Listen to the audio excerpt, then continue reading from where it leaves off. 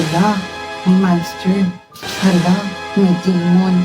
Hala, hala, hala. Sino yun, T? Hindi ko alam yun. Mirror, mirror on the wall. Wala na si Emma. Ako na ba ang pinaka-petchay girl in the world?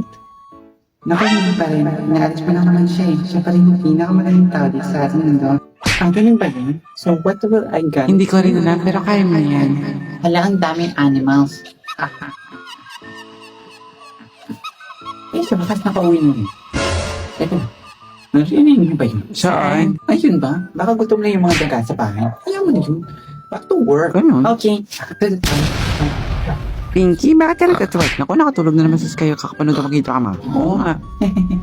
Ang lupit ng mga kasama ko, nakakasabog. Parang gusto ko nang sumabog. Handa, ang ganda naman ng house ni Mayora. Ang daming bed. Makatulog na nga lang, nakakapagod. Try, ang sakit. Kailangan ko makahanap ng way para ma-remove si Emma in this world. Ano kaya yun? Meron ako naiisip na paraan. Kaya na, wala ko na kung gustuhan. Ano naman yun? Teka lang. Huwag mong sabihing i-dededable ko siya, no?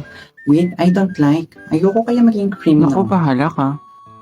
Ming ming ming ming ming ming ming ming ming ming ming. At sino na naman sa inyo ang nauwi ng ako? Parang katsante kasi nagmimingming. La, di ako di ko nga kaya magtumahol. Mag-aalaga pa ako ng aso. May point ka. Mas lalo na ako ang mahal-mahal ng dog food, no? Kaysa pang girl sa TikTok. Mas lalong hindi ako, no? Kaya ako.